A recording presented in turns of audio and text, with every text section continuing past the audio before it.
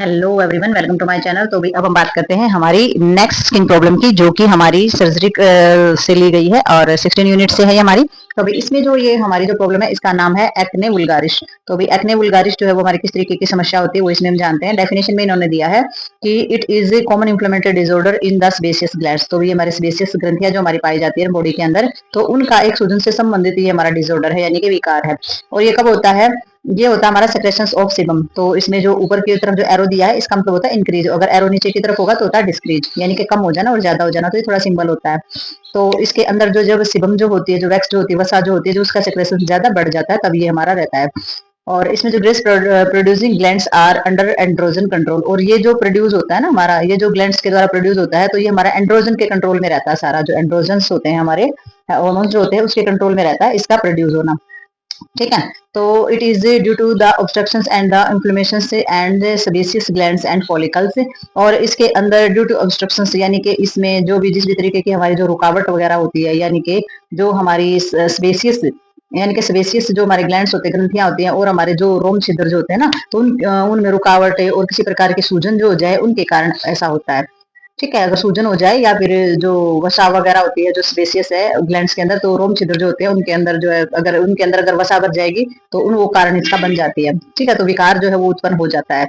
तो ये हमारा रीजन रहता है। ये हमारे एक्ने जो है वल्गारिस बोला जाता है इसको, जब हमारे रोम छिद्र या फिर हमारे जो ग्लैंड्स होते हैं और उनके जो रोम छिद्र होते हैं, उनमें किसी प्रकार की रुकावट और सूजन हो जाए, तो ये हमारी प्रॉब्लम्स जो है ये क्रिएट हो जाती है। अब इटियोलॉजी कोज में इसमें दिया गया भी कारण क्या रहता है इनका। तो सबसे पहले एंड्रोजन एक्टिविटी। तो भाई हमारा जो एंड्रोजन होता है वो उसकी एक्टिविटी अगर ज्यादा बढ़ जाती है तो इंक्रीजिंग आ जाएगा। इसमें एरो का निशान ऊपर की तरफ है। तो अगर एंड्रोजन जो है उसकी एक्टिविटी अगर ज्यादा बढ़ जाती है, या फिर हमारी hyper activity of the sebaceous glands, हमारे सिबेसियस ग्लैंड्स होते हैं, अगर वो ज्यादा हाइपर एक्टिव हो जाए, अगर वो ज्यादा सक्रिय हो जाए, वो ज्यादा काम करना स्टार्ट कर दे, तो भी ये हमारी दिक्कत हो जाती है। क्योंकि हाइपर एक्टिविटी सिबेसियस ग्लैंड्स अगर ज्यादा करेंगे तो हमारे जो सिबम होता है वो ज्यादा बढ़ जाएगी, वैक्स ज्यादा बढ़ेगी, तो वो क्या करेगी, रोम छिद्र को बंद कर देगी, ऑब्स्ट्रक्शंस पैदा कर देगी उसके अंदर। ठीक है। नेक्स्ट हमारा इसके अंदर आ जाता है obstructions in the spacious ducts. तो भी हमारे स्पेसियस जो हमारी डक्ट्स होती है, जो नलियां होती है, अगर उसमें किसी प्रकार की रुकावट आ जाए रोम छिद्र के अंदर, या फिर स्पेसियस की वजह से, या फिर सूजन की वजह से, तो भी हमारी ये रीजन बन जाती है। ठीक है। तो इसमें आ जाता है infection of the sebaceous ducts. तो भी हमारा जो सेबेसियस की जो नलियां होती हैं उसके अंदर अगर किसी प्रकार का इन्फेक्शन हो जाए तो भी हमारा रहता है। तो भी आपने देखा होगा जो वुल्गारिस एक्ने हम मेन तौर पर वो होते हैं जो कि हमारे मुहासे वगैरह हो जाते हैं फेस के ऊपर। तो देख सकते हैं डायग्राम के अंदर, तो किस तरीके से यहाँ पर मुहासे हो रखे, किस तरीके की मोटे मोटे जो है उनसी टाइप से हमारे एक्ने हो रखे हैं। तो ये वुल्गारिस एक्ने होते हैं, जो कि हमारा जो वैक्स वगैरह होती है, अगर उसमें रुकावट हो जाती है फोलिकल्स के अंदर, ठीक है, रोम छिद्र जो होते हैं उसके अंदर जो हमारी स्पेसियस जो ग्लैंड्स होते हैं उनमें सूजन हो जाए, या फिर किसी तरीके की रुकावट हो जाती है, तभी हमारी हो जाती है। ठीक है। तो ये इसके कारण रहते हैं हमारे सारे के सारे। और क्लिनिकल मैनिफेस्टेशंस के अंदर हम इसमें देखेंगे कि कौन कौन सी चीजों पे हमने ध्यान देना है। क्लोज इसमें दिया गया है, जैसे कि क्लोज यानी कि बंद कॉमेडॉन हमारा होता है। बंद कॉमेडॉन्स में क्या हो जाता है, व्हाइट हेड होते हैं, यानी कि सफेद दाने होने स्टार्ट हो जाते हैं, तो वो हमारे क्या बोले जाते हैं, क्लोज कॉमेडॉन्स होते हैं। और एक होते हैं हमारे ओपन कॉमेडॉन। ठीक है। ओपन कॉमेडांस हमारे कौन से होते हैं, जो ब्लैक हेड्स बोले जाते हैं, यानी कि काले मुहासे हम जिसको बोलते हैं। एक तो होते हैं व्हाइट वाले, व्हाइट मुहासे, यानी कि एक तो सफेद दाने इनकी वजह से हो सकते हैं, और एक ब्लैक हेड्स जिसको हम क्या बोलते हैं, ब्लैक हेड्स को मुहासे वगैरह हम बोल देते हैं। ठीक है। और इसकी वजह से हमारे पैपुल्स हो जाते हैं, पोस्टूल्स हो जाते हैं, और नूडल्स हो जाते हैं। तो इसमें नूडल्स यानी कि गांठे जैसी सी समस्या हो जाती है। पॉपुल्स पोस्टल्स हम पहले कर चुके हैं, ये भी हमारी स्किन की समस्याएं होती हैं सारी की सारी। तो इस तरीके की जो पोस्चर है स्किन का, वो हमारा दिखाई देना स्टार्ट हो जाता है। और ऑयली, और जैसे कि ऑयली स्किन, यानी कि हमारी जो स्किन है वो बहुत ही कैसी हो जाएगी, ऑयली, यानी कि तेलीय त्वचा हम जिसको बोल देते हैं, उस तरीके की हमारी हो जाएगी।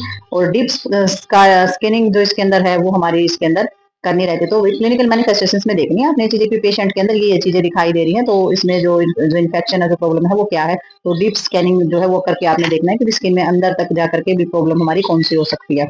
ठीक है। तो ये हमारी रहती है, ये हमारे अंदर ग्लैंड्स के सेक्रेशंस की वजह से हमारी ये प्रॉब्लम हो जाती है, जिसमें सीबम जो है उसका सेक्रेशन ज्यादा मात्रा में बढ़ जाता है। तो उसकी वजह से हमारे जो डक्ट्स होते हैं, सीबम डक्ट्स जो होते हैं, उनमें रुकावट पैदा हो जाती है, और तब ये हमारी समस्या जो है ये उत्पन्न होती है। ठीक है। तो ये हमारे बोले जाते हैं, ये मुहासे होते हैं एक तरीके के, और वुल्गारिस एक्ने हम उनको बोलते हैं। तो नेक्स्ट देखते हैं इसके अंदर।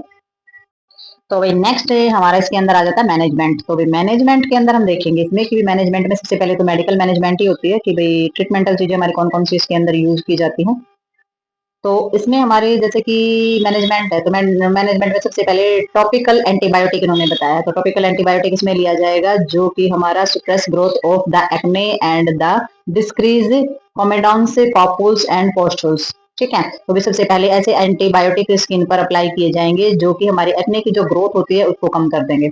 ठीक है, जो त्वचा पे लगाने की जो एंटीबायोटिक दवाई होती है ना, सबसे पहले वो यूज की जाएंगे जो कि एक्ने वगैरह हैं उनको बढ़ने से भी रोकेंगे, ब्लैक हेड्स है, पॉपुल्स है या पोस्टुल्स हैं उनको कम करने के लिए काम में लाए जाएंगे।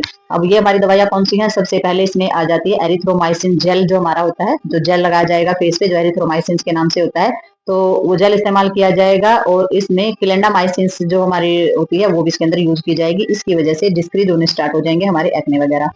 ठीक है, नेक्स्ट हमारा जो है सिस्टेमिक एंटीबायोटिक्स दिए जाएंगे। तो सिस्टेमिक एंटीबायोटिक्स के अंदर हमारे कौन से आ जाएंगे?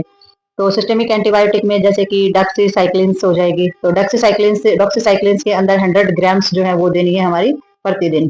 ठीक है, 100 मिलीग्राम देनी है दिन में, हर रोज मतलब की। ठीक है, नेक्स्ट हमारी इसमें आ जाती है टॉपिकल एंटी बैक्टीरियल से एंड कॉमेडोलाइस्टिक। तो ये हमारी जो है ये भी हमारी स्किन पर लगाने वाली होती है जो कि एंटी बैक्टीरियल होती है, बैक्टीरिया पर कंट्रोल करेगी, बैक्टीरिया को रोकेगी। और कैमेडोलिटिक जो हमारी दवाई होती है वो भी इसमें लगाई जाती है, जो कैमेडोलिटिक जो प्रॉब्लम होती है उसको रोकेगी। जैसे कि इसमें ब्रेंजोइल से हमारा प्रोक्साइड्स जेल जो होते हैं वो हमारे लगाए जाते हैं। ठीक है, ब्रेंजोल्स जो प्रोक्साइड्स जेल जो हमारे होते हैं वो हमारे इसके अंदर इस्तेमाल किए जाते हैं, जो कि बैक्टीरिया और कमेडोलोटिस जो होती है उसको जो है ठीक करने का काम करेंगे। तो ये भी टॉपिकल्स होते हैं, स्किन के ऊपर लगाने वाली दवाई हमारी रहती है। Topicals retinols acids for the comedolytic action से एंड, तो इसमें जो टॉपिकल्स रेटिनोल्स जो हमारे रहते हैं, तो रेटिनोइक जो हमारे रहते हैं, रेटिनोल्स नहीं रेटिनोइक एसिड्स है हमारी, सॉरी।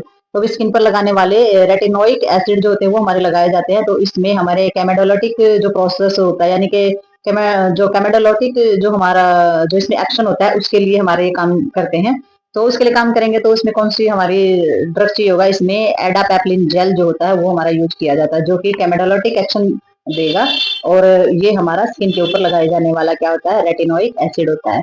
ठीक है, तो इसका नाम क्या है? हमारा एडापैलिन जेल। और भाई नेक्स्ट हमारा आ जाता है रेटिनोइड थेरेपी।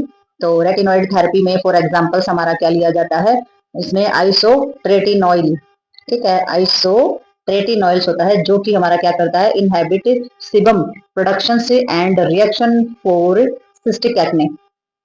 ठीक है, तो वही ये जो हमारी जो थेरेपी होती है इसके अंदर हमारी जो यूज की जाती है आइसोट्रेटिनोइल यूज की जाती है। और ये सिस्टिक जो मुहासे होते हैं हमारे, उनमें जो भी सिबम यानी कि जो वैक्स यानी कि जो वसा होती है, उन वो जो हमारा ज्यादा बढ़ता है और उसका जो एक्सप्रेशन होता है उसको रोकने का काम ये करती है।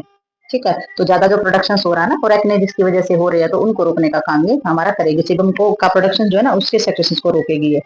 ठीक है, तो ये हमारे रेटिनोइड थेरेपी हमारी दी जाती है। नेक्स्ट हमारा इसके अंदर दिया जाता है एंटी एंड्रोजेनिक थेरेपी। तो ये तो बहुत ज्यादा जरूरी है क्योंकि जो एंड्रोजन होता है वही कंट्रोल करता है इन सारी चीजों को।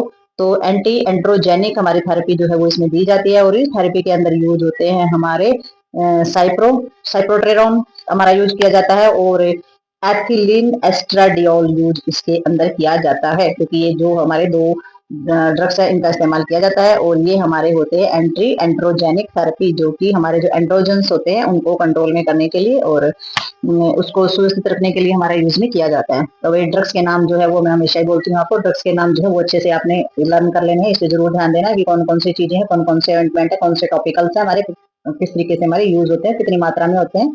तो ये सारी चीजों की जानकारी जरूरी होती है क्योंकि मेडिकल मैनेजमेंट के अंदर ये बहुत ही टू द पॉइंट दिए गए इस बुक के अंदर। और बिल्कुल ही ये नोट्स टाइप है हमारी कि भाई इसको जितना भी याद करोगे इसमें कोई भी एक वर्ड भी ऐसा नहीं है जो कि एक्स्ट्रा हो। ठीक है, तो बहुत ही टू द पॉइंट चीजें इसके अंदर दी गई, तो इसमें कुछ भी छोड़ने का नहीं, इसमें से सारी चीजें लर्न करने की हैं और सारी ही एग्जाम के पर्पज से हमारी ये बुक है। तो नेक्स्ट इसमें हमारा हो जाता है सिर्फ एग्जाम ही नहीं, हमारी जो लाइफ टाइम जो हमारा वर्क रहता है हॉस्पिटल के अंदर वो लाइफ टाइम काम आने वाली चीज है। हॉस्पिटल के अंदर भी कहीं भी हमारे जो स्वास्थ्य से संबंधित चीज तो सभी जगह काम आती है। तो इसमें आ जाता है हमारा नर्सिंग मैनेजमेंट। तो नर्सिंग मैनेजमेंट के अंदर कौन कौन सी चीजें हमारे इसके अंदर की जाएंगी? नर्सिंग मैनेजमेंट में नर्स जो है क्या एडवाइस देगी पेशेंट को? वो एडवाइस देगी, advice patient to wash face with water और ऑयल फ्री फेस वॉश 1 से 2 टाइम ए डे। तो वही पेशेंट को जो है सलाह देनी है आपने कि जो पेशेंट है वो जो अपना फेस है वो जो अपना चेहरा है उसको धोए। ठीक है, 1 से 2 बार धोए पानी से, और इसमें जो ऑयल फ्री फेस वॉश है वो यूज करे। तो बहुत सारे मार्केट में फेस वॉश होते हैं, जो डॉक्टर की सलाह के द्वारा जो लिया गया फेस वॉश है वही यूज करे 1 से 2 बार दिन में आपने अपना फेस जो है वो अच्छे तरीके से वॉश करना है। ठीक है, do not squeeze the acne. तो सबसे पहले ध्यान रखना है कि मुहासों को ना तो दबाना है ना फोड़ना है। तो बहुत सारों की आदत होती है कि हाथ से इसको ऐसे पकड़ते रहते हैं अंगूठे और उंगली के बीच में। तो इस चीज का ध्यान रखना है कि भी उनको स्क्वीज भी नहीं करना है, फोड़ना भी नहीं है एक्ने को, तो उनको छूना ही नहीं है, हाथ ही नहीं लगाना है एक्ने को किसी भी प्रकार से। Do not scrub the face wheel washing. जब आप फेस को धो रहे हैं तो किसी तरीके की स्क्रबिंग नहीं करनी, रगड़ना नहीं है फेस को, ना किसी चीज के द्वारा और ना ही हाथ के द्वारा। तो स्क्रबिंग जो है वो नहीं करनी है फेस के ऊपर किसी भी तरीके की अगर एक्ने है तो। Do not use exclusively oily cosmetic. तो भाई इस तरीके की चीजें जो कि ऑयल से संबंधित हो, तो इस तरीके के जो कॉस्मेटिक चीजें हमारी होती है, सौंदर्य को बढ़ाने वाली जो चीजें होती हैं, तो इस तरीके की कोई भी चीज प्रयोग में नहीं करनी है जो कि हमारी ऑयली हो, जो कि हमारी केमिकली हो, तो वो और भी ज्यादा नुकसान पहुंचा सकती है। नेक्स्ट हमारा इसके अंदर आ जाता है increase for the balance diet and the avoidance for food believed to acne. तो भाई जो हमारी डाइट है, बैलेंस डाइट जो होती है वो इंक्रीज करनी है, वो बढ़ानी है। और अवॉइड कौन सा खाना करना है, जो खाने पीने की चीजें परहेज की सलाह दी गई है उसका परहेज रखेंगे, और जो हमारी बैलेंस डाइट है वो डाइट के अंदर बढ़ा देंगे। तो ये आपने पेशेंट को बताना है कि भाई आपने बैलेंस डाइट लेनी है, जिस चीज के लिए मना किया गया वो चीजें आपने नहीं लेनी है। ठीक है, नेक्स्ट इसमें आ जाता है inform patient about side effect of the systematic antibiotic. तो वही जो पेशेंट है उसको बताना है कि वही जो हमारी सिस्टेमिक एंटीबायोटिक्स के अगर किसी भी तरीके के साइड इफेक्ट है तो उसके बारे में आपने तुरंत बता देना है। अगर आप किसी भी तरीके की एंटीबायोटिक्स ले रहे हैं डॉक्टर के द्वारा लिखी हुई और आपको साइड इफेक्ट दिखाई दे रहा है, कुछ भी कोई भी ऐसा साइन और सिम्टम दिखाई दे रहा है कि आपको बहुत ज्यादा नुकसान हो रहा है उसकी वजह से, या बॉडी में इफेक्ट ज्यादा जा रहा है, ठीक है, किसी भी तरीके के सिम्टम अगर बॉडी में, जरूरी नहीं है कि सिम्टम जो है स्किन के ऊपर ही आए, अगर किसी भी तरीके के आपके पेट में जलन होना, यूरिन में किसी तरीके की दिक्कत आना, किसी भी तरीके के साइड इफेक्ट आपको दिखाई दे रहे हैं तो तुरंत उसके बारे में बता देना है आपको डॉक्टर को या नर्स को। ठीक है, तो तुरंत उसके जो साइड इफेक्ट को रोकने के लिए जो प्रबंध होते हैं वो फिर किए जाएंगे। Avoid hot beverage and spicy food. तो भी सबसे पहले ये चीज तो छोड़नी है कि भी गर्म चीजें जो है वो आपने नहीं खानी है। स्पाइसी फूड, मसाले से रिलेटेड किसी भी तरीके का जो खाना होता है वो आपने नहीं खाना है। ठीक है, जो तला भुना होता है, ठीक है, फ्राइड होता है, तला भुना होता है, मसाले वाला होता है, या गर्म बेवरेज जो पीने के जो पदार्थ हमारे गर्म होते हैं, तो इस तरीके जैसे कि चाय को हमेशा बंद बताया जाता है, मिर्च वाली चीजें, मसाले वाली चीजें, तली भुनी चीजें, तो इन सभी चीजों को अवॉइड करना है। ऑयली जो चीजें हैं, ऑयली और स्पाइसी खाना आपने नहीं लेना है। ठीक है, तो भाई ये जो हमारी एक्ने की जो प्रॉब्लम्स थी तो भाई ये हमारी होती है यहीं पर कंप्लीट। तो आई होप आपको समझ में आई होगी कि भी एक्ने जो वाले जो एक्ने होते हैं किस टाइप के होते हैं और किस वजह से ये हमारे हो जाते हैं, और किस तरीके से आप इनकी जो मेडिकल और नर्सिंग मैनेजमेंट पे ध्यान देंगे। तो ये यहीं पर होती है हमारी कंप्लीट। तो मिलते हैं नेक्स्ट प्रॉब्लम और नेक्स्ट वीडियो के साथ। तब तक के लिए like share subscribe and comments करते रहिए।